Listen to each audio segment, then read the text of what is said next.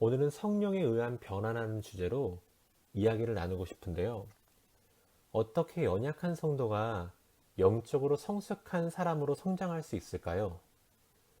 내주하시는 성령의 역사하심이 성취되기 위해선 무엇이 필요할까요? 내주하시는 성령이 우리 안에서 그분의 일을 이루기 위해서는 두 가지가 필요해요. 첫째로 회개하는 심령을 가져야 하고, 둘째로 말씀을 계속 먹어야 합니다.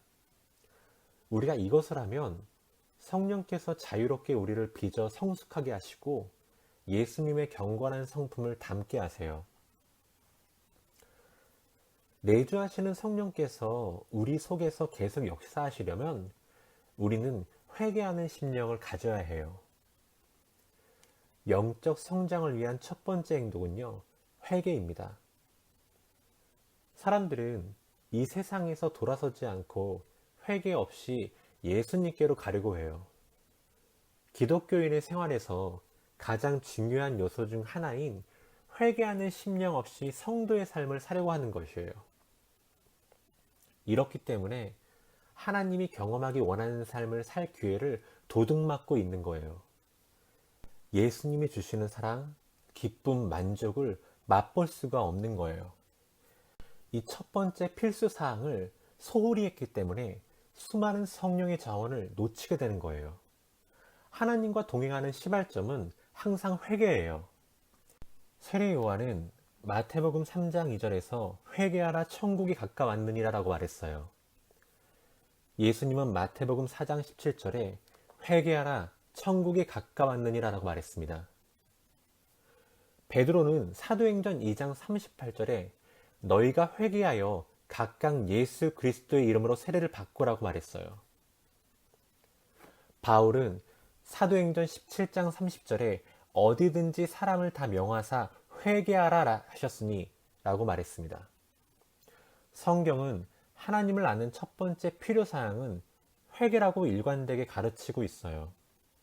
그러면 회개란 무엇을 의미하는 것일까요?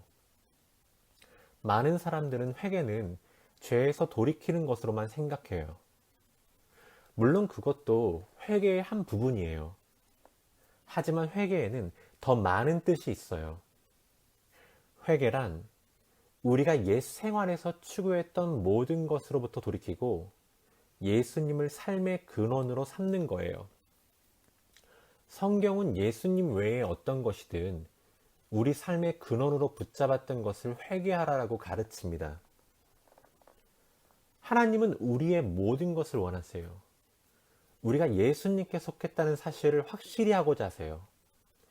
우리는 우리 것의 주인이 아닙니다. 핏값 주고 사신받은 존재들입니다. 예수님은 우리가 생명을 내려놓기 원하시고 우리 몸이 산 제사로 그분께 드려지길 원하세요. 이것이 바로 회개입니다. 회개는 예수님께 우리 자신을 온전히 드리는 것으로 예수님과 교제하는 데 방해하는 것은 주저없이 십자가 아래 내려놓는 것이에요. 회개하는 마음을 유지하고 성령의 인도하심이 항상 기꺼이 따라만 가면 내주하시는 성령님께서 거침없이 그분의 역사를 우리 속에 이루실 거예요. 내주하시는 성령님께서 우리 속에 계속 역사하시려면요, 우리는 말씀을 먹어야 합니다. 바울은 고린도 교인들에게 필요한 영양분을 그가 주었음을 상기시키고 있어요. 고린도전서 3장 2절에 이렇게 말합니다. 내가 너희를 저주로 먹이고 밥으로 아니하였노니 이는 너희가 감당하지 못하였음이었거니와 지금도 못하리라.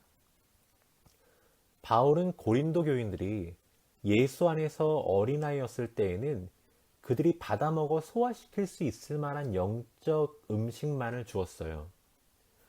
영육간의 어린아이가 어른으로 성숙하려면 좋은 영양가 있는 음식을 먹어야 해요. 영적 성장을 위해 필요한 음식은 하나님의 말씀입니다.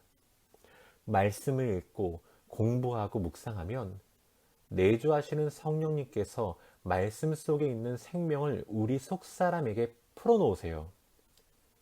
우리는 이런 과정을 통해 영적 자양분을 얻게 돼요. 베드로전서 2장 2절에 이렇게 말하는데요. 갓난아이들 같이 순전하고 신령한 젖을 사모하라.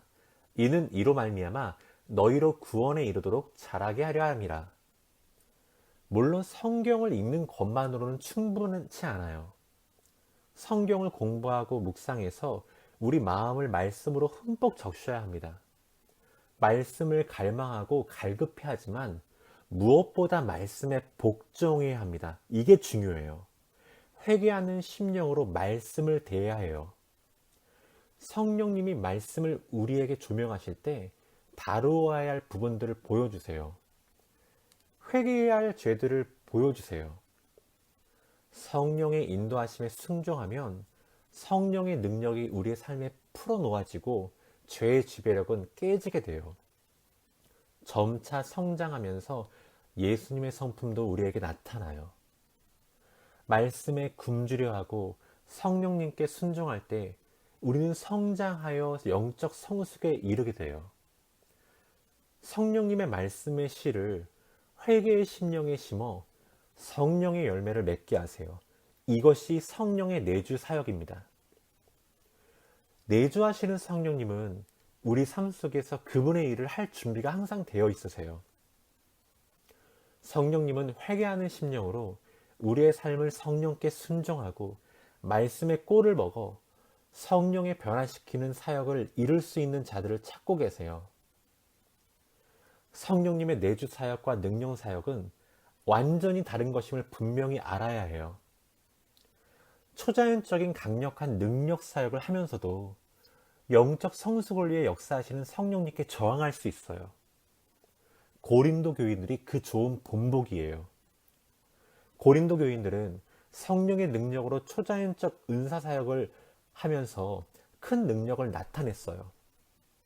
정기적으로 방언 기도를 하였고 기적과 치유는 그들 가운데 쉽게 나타났어요. 그러나 성숙하지는 않았어요. 하나님은 이런 초자연적인 은사가 나타남에도 불구하고 그들이 영적이지 못하고 아직도 육적이라고 말씀하세요. 이런 믿는 자들이 오늘날에도 있어요. 하나님이 큰 능력을 행하도록 무장시켜 주셨지만 성숙하지는 못해요. 하나님의 말씀을 배우는데 큰 중점을 두지 않아요. 그리고 무엇보다 말씀에 복종하지 않습니다. 그 결과 예수님을 위해 일을 별로 하지 못해요. 그들은 큰 능력을 휘두를 수 있지만 그것을 효과적으로 사용하기 위한 성숙함은 부족해요. 성경의 가르침과 성숙의 필요성을 반드시 강조해야 해요. 말씀에 헌신하고 순복하며 성령님의 내주 사역으로 성숙해짐으로써 예수님의 성품을 입기를 권면합니다.